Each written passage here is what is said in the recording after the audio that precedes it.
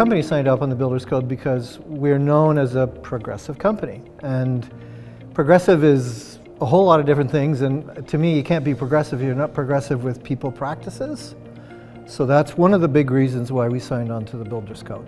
When I go to women's and trades presentations, when I go to specialized employers, when I go to the Intercultural Association, all the places I used to hang out with before I was in the construction industry, and I say, we've got this thing called the Builders Code, there's an immediate curiosity, and they kind of go, what? Is that a new thing? I said, for our industry it is. For me, I don't have to worry about that in most of our sites, but to me, if we hire a female, an Indigenous person, or a new Canadian, I shouldn't have to worry about integrating them on a site.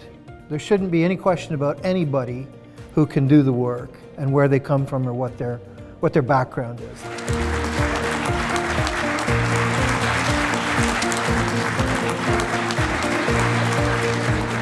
So I feel actually awkward about thanking you for the award, because it feels weird to be awarded for something that's the right thing to do.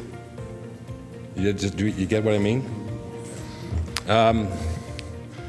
But I want to thank, so my thanks actually goes to the BCA and the other associations for sort of ripping this open and exposing it, because it's time for a very Neanderthalic industry to evolve, right?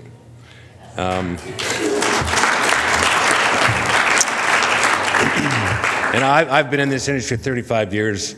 I'm the CEO, but I was a carpenter, so I get it. I know what the issues are. And it does actually start with culture. This is a part of your culture. That was Randy Delisle. When I hired Randy, I said, this is what I'm looking for, but you can't use the term HR. Because I've always struggled with humans being resources. I think of resources as wood, coal, oats, right? So he's actually the head of our talent and development department, which to me actually makes more sense. So I want to encourage everybody to understand that we're really, not just in this aspect, but our whole industry is actually undergoing an evolution of who we are and what we are. And it really doesn't matter, in the hiring practice, you shift from what you are to who you are is actually more important, right? And I'll shout out for the millennials, for any of you old farts out there that are terrified of hiring millennials.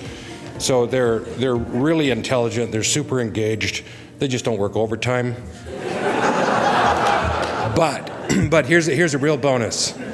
They actually get that, right? So thank you very much.